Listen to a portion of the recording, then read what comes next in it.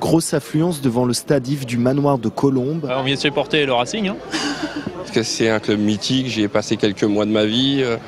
Voilà, c'est toute ma jeunesse qui revient là. Bien content qu'un club, que le Racing revienne avec une bonne équipe en première division, qui fait voir à Paris qu'il y a 2 clubs quand même à Paris qui peuvent se tenir dans le top 14.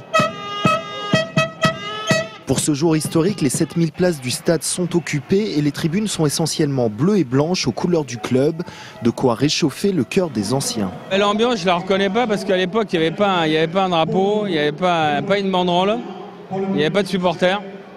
Et là, aujourd'hui, je vois des drapeaux bleu et blanc dans tous les sens, donc bon, ça change, ça évolue. Le Racing Métro 92, ici, on l'appelle par son petit nom, le Racing, comme à ses débuts dans le rugby en 1890. Aujourd'hui, il affronte Bourg-en-Bresse, mais le match joué et gagné avec enthousiasme et sans enjeu. Le club des Hauts-de-Seine est assuré depuis une semaine de son retour dans le top 14, l'élite du rugby français. Avec la remise aux joueurs du bouclier de Pro D2, c'est le renouveau du Racing que l'on fête. C'est une sensation géniale, je suis là depuis 3 ans, j'ai vu tous les changements. C'est incroyable comme l'équipe s'est soudée et c'est fantastique comme c'est arrivé.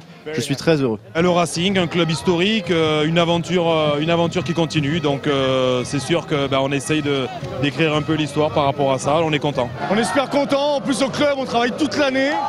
Donc là, il y a tous les mini-poussins qui sont là, toute l'école de rugby qui est là. Ça fait 10 ans qu'on attend ça. La journée s'est étirée sur la soirée, dans l'esprit qui fait la fierté du club, sur le terrain avec son public et avec la générosité qui fait sa légende.